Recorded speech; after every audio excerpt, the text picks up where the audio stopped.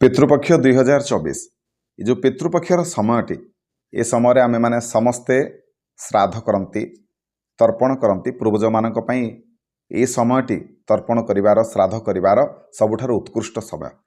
एई समय रे जेहेतु से माने आम निकट रे आसिक बास करती आमठारु कम से कम एतिकी से माने आशा करती तेणु तांको वंशर दायद हिसाब से आमे माने एई सब कर्म करबा निहाती दरकार। तबे ए वीडियो माध्यम रे आसंतु जानिबा 2024 वर्षर ये जो श्राद्धर पक्ष केबेठारु आरंभ एवं केबे शेष होछि ए समय केउं सब कर्म करिवे नाही केउं सब कर्म करिवा निहाती दरकार। श्राद्धर पूजा समय रे केउं सब जिनिस को निहाती भाव में ध्यान में रखा उचित। आज्ञा नमस्कार, मो मनोज दास स्वागत आपण मानकु आजिकार ये भिडियो रे।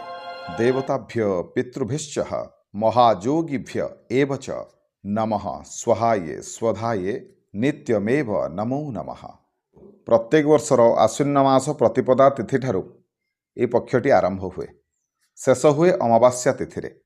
तबे एथर जो समय रोचे जो पक्षर समय रोचे ता 17 तारिख सेप्टेम्बर मास 17 तारिख रु 2 तारिख अक्टोबर मास पर्यंत रोचे।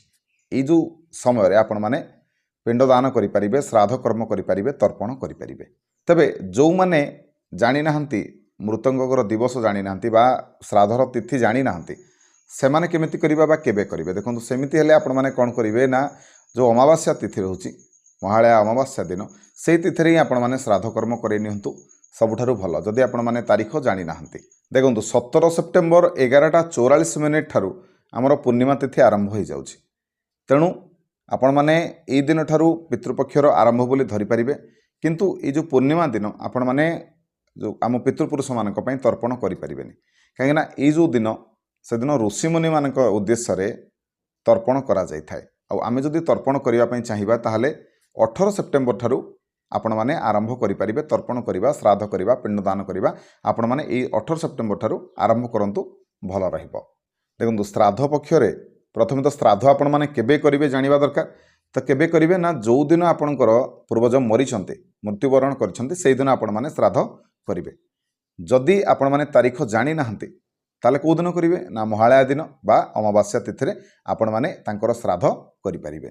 जदि आपणको घरे केही एकादशी दिन ए जो पितृपक्षर समय रे एकादशी दिन जदि केही मृत्युवरण करछन्ती ताले तांकर पिंडदान बा श्राद्ध कर्म आपण माने केबे करिवे से एकादशी रे करिवे ना केबे करिवे। देखंतु जदि एभली हिथिबो ताले एकादशी रे केबे भी श्राद्ध कर्म करिवेनी आपण माने कोन करिवे ना द्वादशी दिन करंतु नचेत आपण माने चाहिले महालया दिन मध्य आपण माने करि परिबे। देखंतु ए जो श्राद्ध समय रे आपण माने जेते अधिक दान देबे सेते आपण माने पुण्य अर्जन करिवे। तेणु ए समय रे दान करिबा बहुत दरकार। गाई कुकुर छोट छोट बालक एमानकु आपण माने यथा संभव आपण माने खाद्य खाइबा को दियंतु। श्राद्ध समय रे जो नना बा ब्राह्मण को जो डाकी छन्ते तांकु निहाती भाव में भोजन करेइबे तांकु यथाविहित दक्षिणा प्रदान करिवे ता सहित तांकु वस्त्र मध्य प्रदान करंतु एवं तांको ठारू आशीर्वाद भिक्षा करंतु। आमे समस्तक पई श्राद्ध करि परिबा विश्वर कल्याण पा उद्देश्य रे मध्य करि परिबा। जो मानकर केही नाहंती पु नाहंती नाती नाहंती केही भी नाहंती सेमानक उद्देश्य रे मध्य आम माने श्राद्ध करि परिबा किछि असुविधा नै। धरंतु जनक वंश रे केही भी पुत्र संतान नाहंती तांकर केही पु नाहंती तबे तांकर श्राद्ध की करिवो। जदि तांकर स्त्री जीवित अछंती तांकर स्त्री श्राद्ध कर्म करि परिबे। जदि तांकर स्त्री भी जीवित नाहंती ताले की करिवे जदि तांकर केही अविवाहिता झियो अछंती ताले से मध्य श्राद्ध कर्म करि परिबे। जदि धरि नियंतु तांकर केही अविवाहिता झियो ही नाहंती तांकर गोटिए झियो थिबो जे कि विवाह करि साथिबो तबे एपरि स्थले से झियोर पुओ मध्य तांको अजांको उद्देश्य रे श्राद्ध कर्म करि परिबो किमा जदि चाहिबे से झियो मध्य निजे तांको पितांको उद्देश्य रे मातांको उद्देश्य रे श्राद्ध कर्म करि परिबे तर्पण करि परिबे मोक्ष पई भगवान को निकट रे प्रार्थना करि परिबे किछि असुविधा नाही। ए जो श्राद्ध पक्षर समय रे आमे शुभ कर्म कोनोसी शुभ कर्म आपण माने करंतु नाही। ए समय निश दाढ़ी चुटी ए समय काटिबेनी ए समय आमिष भोजन करिवे नाही पियाज रसुण मध्य खाइबे नाही। ए समय निशा ठारू दूरेकी रहिबे का सहित कलिगोल करिवे नाही। घर सदस्य मानक सहित भलसे कथबार्ता करिवे चिड़चिड़ हेबेनी। खास करके जीए पिंडदान करिवे श्राद्ध कर्म रे जे मुख्य कर्ता से समस्तक सहित भलसे कथबार्ता करिवे चिड़चिड़ हेबेनी काहाकु रागिबेनी छोट छुआ हुंतु बा घरर समस्त सदस्य। तो श्राद्ध श्रद्धार जो कर्मटी करिवा ताकु श्राद्ध बोली कहिबा। तेणु आपण माने जो कर्म समय रे श्रद्धार सहित करंतु भक्तिर सहित करंतु ସମ୍ମାନ ସହିତ କରନ୍ତୁ।